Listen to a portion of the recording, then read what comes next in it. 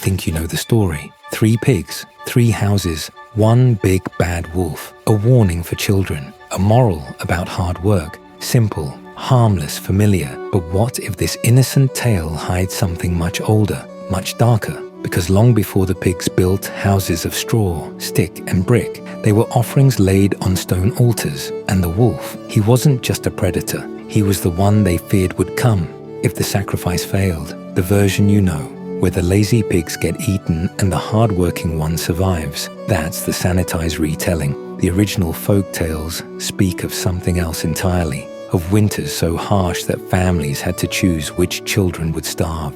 Of communities that whispered about the wolf at the door. Not an animal, but something far worse. Something that came when the harvest failed. And desperation turned neighbors into monsters. In medieval Europe, during the harshest famines, they faced what some called wolf winters, when famine struck and the snow wouldn't stop falling. When parents had to decide which mouth they could no longer feed. The 3 little pigs weren't just siblings building houses. They were 3 children, sent away because there wasn't enough food for everyone. And that big bad wolf, he had a human face. Tonight on Buried Tales, we're blowing down the walls between fairy tale and nightmare, because sometimes the scariest stories are the ones we tell our children.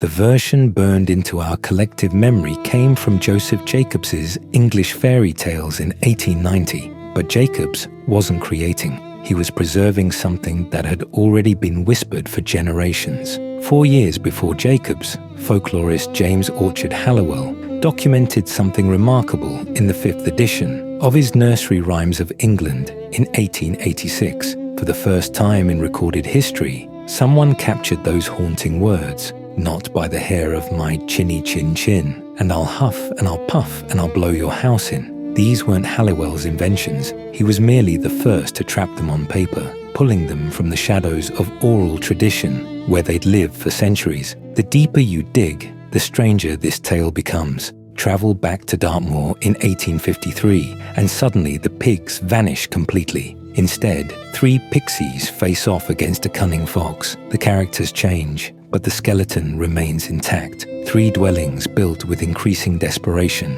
a predator who won't stop coming, and only the strongest surviving to tell the tale.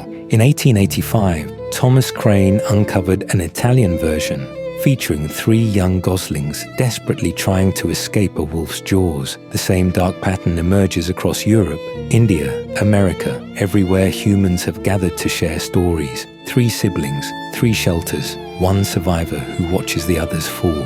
When folklorists discover the same story echoing across continents and centuries, separated by oceans and languages, they know they've found something ancient, something that speaks to fears so primal, so universal, that every culture needed its own version to warn their children about what waits in the darkness. The 3 Little Pigs follows an ancient pattern that appears everywhere in human storytelling. The rule of 3. 3 pigs, 3 houses, 3 attempts to survive. You've seen it before in Goldilocks and the 3 bears, the 3 billy goats gruff, and the 3 trials that heroes face in myths worldwide. But this isn't coincidence. This is something deeper, something embedded in our collective consciousness. Throughout history, cultures have told stories of 3 siblings tested by fate. The first 2 always fail through arrogance, laziness, or simple poor judgment. The third succeeds through sacrifice, wisdom, or sometimes just sheer determination. Take the Russian tale of the Firebird, where 3 brothers embark on a deadly quest. The elder brothers become distracted, give in to temptation, abandon the path.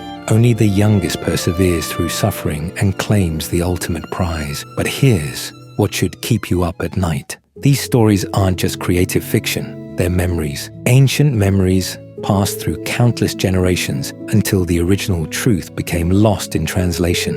In 2016, researchers at the Royal Society Open Science applied comparative methods to trace the DNA of folktales. Their findings were staggering. Some stories, including variations of the 3 Little Pig structure, may be over 5,000 years old. These tales were being told in the Bronze Age, millennia before writing systems even reached European shores. Consider what that means. What we dismiss as a simple children's bedtime story might have begun as something far more serious. Perhaps it was a warning about real dangers. Perhaps it was sacred knowledge. Perhaps it was a memory of something so terrifying that the only way to process it was to turn it into a story about pigs and wolves. In ancient India, demon brothers built cities that defied the gods themselves. 3 fortresses, one of iron, one of silver, and one of gold, floating through the sky, untouchable and eternal. The brothers believed they had outsmarted death itself. They were wrong. When the gods finally convinced Shiva to act, the destroyer, the most powerful force in the Hindu cosmos, the deity who ends worlds to birth them anew, he needed only one arrow, a single flaming shaft, pierced all 3 cities simultaneously, reducing them to ash in seconds. No warning, no mercy, no survivors. This tale, the Tripura, was carved into stone over 2,000 years ago, but the story itself is far older, whispered around fires for at least 3 millennia. The message was clear: no fortress can protect you from divine judgment. No one escapes forever. Celtic myths echo this warning. 3 royal brothers build mighty fortresses, each believing their walls will last forever. Magic, fate, or the elements always find a way in. The pattern repeats like a curse passed down through bloodlines. But here's where the story takes a darker turn. Not every 3-brother tale ends in destruction. Sometimes, the brothers don't build to protect themselves. They build using death itself. The Norse tell of Odin, Vili, and Ve, 3 brothers who murdered the primordial giant Ymir. From his corpse, they crafted our entire world. His blood became the seas, his skull the sky, his bones the mountains. Creation through slaughter. Even older fragments reveal something more disturbing. Scholars have reconstructed an ancient Indo-European myth about 3 brothers, Manu, Yemo, and Trito. Manu kills Yemo, using his brother's body to create the world, a cosmic murder that births existence itself. Then Trito faces his own trial, battling a monstrous serpent representing chaos incarnate. But in certain versions, particularly those drawn from Uranian, Vedic, and Roman sources, the guardian isn't always a serpent. Sometimes it's a wolf, a creature of darkness, hunger, and death. The parallels are unmistakable. In our childhood tale, 2 brothers fall, while the 3rd faces a ravenous wolf. Only one survives to tell the story. The pattern etched into humanity's oldest memories: 3 brothers, destruction, and a lone survivor carrying forward the weight of what happened. But why pigs?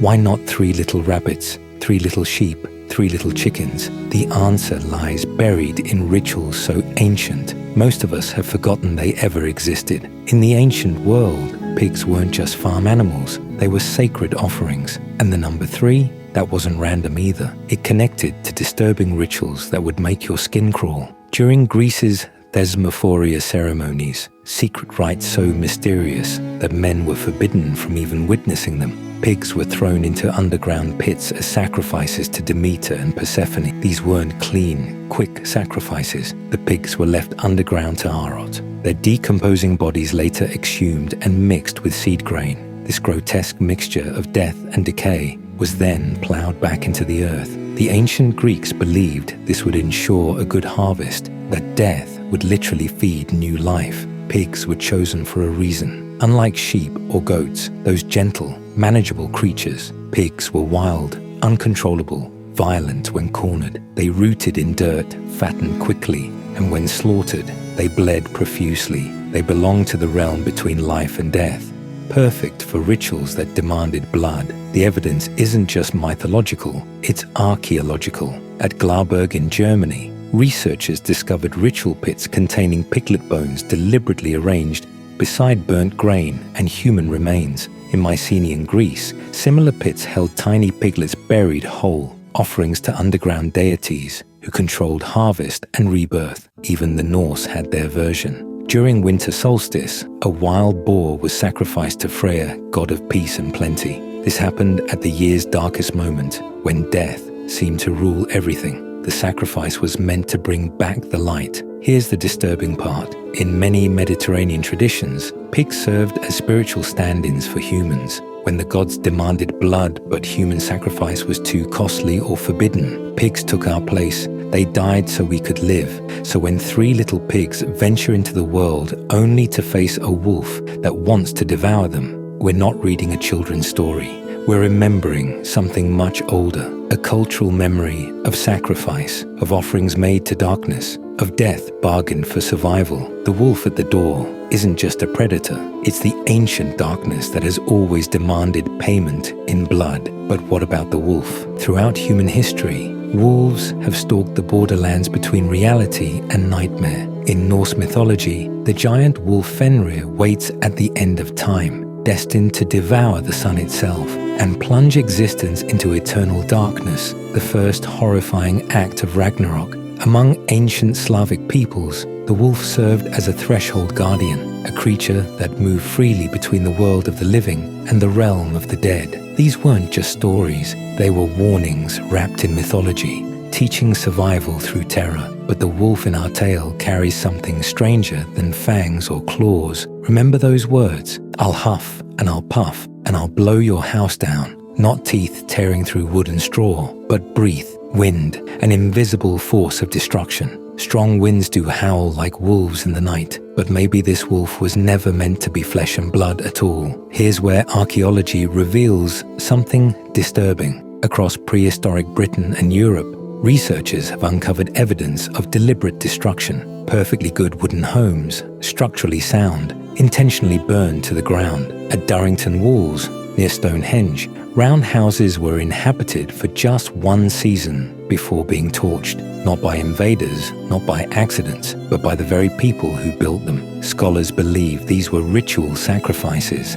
offerings to appease whatever forces controlled their fate, controlled chaos, to prevent a real catastrophe. When we see a wolf systematically destroying houses, we might be witnessing the faded memory of these ancient rituals, destruction as divine offering. The wolf becomes something far more terrifying than any animal. It becomes winter itself, the god of cold and hunger demanding payment. Winter, in ancient times, wasn't just a season. It was a yearly apocalypse that required absolute preparation or promised certain death. Animals slaughtered, meat preserved, shelter reinforced, offerings made to unseen powers, and always that haunting question hanging in the frozen air. Will it be enough? Will we survive until spring? The lazy perish, the clever endure. Winter arrives for everyone, but only those who prepare get to tell their stories when the thaw comes. And that's exactly what this story is, a survivor's tale, passed down through 3,000 years of winters. The bedtime story you thought was innocent carries the weight of human fear, sacrifice and survival encoded in its DNA. The wolf at the door was never just a wolf. The three little pigs, never just pigs. And the lesson, it was never really about hard work. It was about which of us gets to survive when winter comes knocking. But here's what I want to know. What childhood story has taken on a darker meaning for you as an adult? Was it something your parents told you that you later realized had hidden warnings? A fairy tale that suddenly felt more sinister when you understood what it was really saying? Drop your thoughts in the comments below. I read every single one, and some of the best story ideas for this channel come from you. If this video changed the way you'll see the three little pigs forever, hit that like button and subscribe to Buried Tales. We dig up the darkness hiding in plain sight every week. Ring the notification bell so you don't miss when we unearth our next nightmare. Until we meet again in the shadows of another story, remember, not everything that promises to change deserves to be let inside. Some doors, once opened, can never truly be closed. Perhaps that's why the darkest tales are always buried